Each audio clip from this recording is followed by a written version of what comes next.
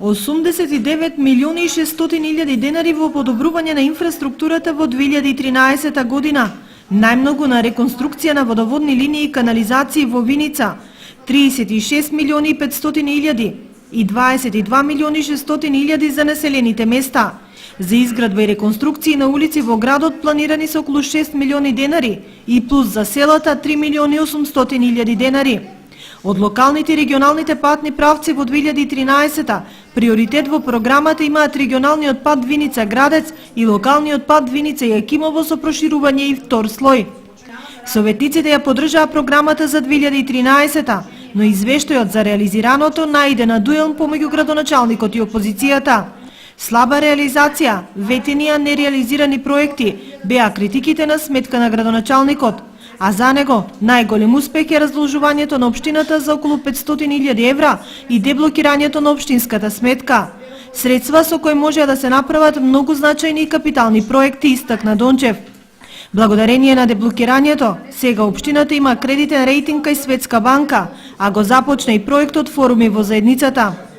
Извештајот помина со поддршка од 8 гласа, 5 опозиционери гласаа против.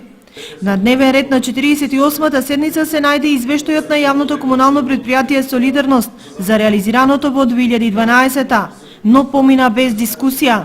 Едногласна поддршка доби извештајот за безбедносната состојба во Виница во 2012-та, според кое криминалот во општината, согласно бројката на регистрирани кривични дела, е намален за 15,92%. Меѓутоа, расветлувањето на кривичните дела, тоест реализацијата, не е на завидно ниво, за околу 30% помала во однос на 2011-та. На седницата, советниците го потврдија благајничкиот максимум во износ од 60.000 денари за потребите на општина Виница, односно за плаќање во готово.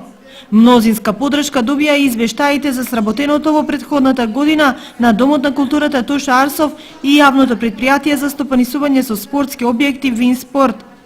За работењето на Центарот за поддршка на лицата со интелектуална попреченост порака, Советот одобри 30.000 денари, а за прв пат се најде и годишната програма за работа на невладината ХАМО Делчево, со чија поддршка се реализира проектот Добар почеток.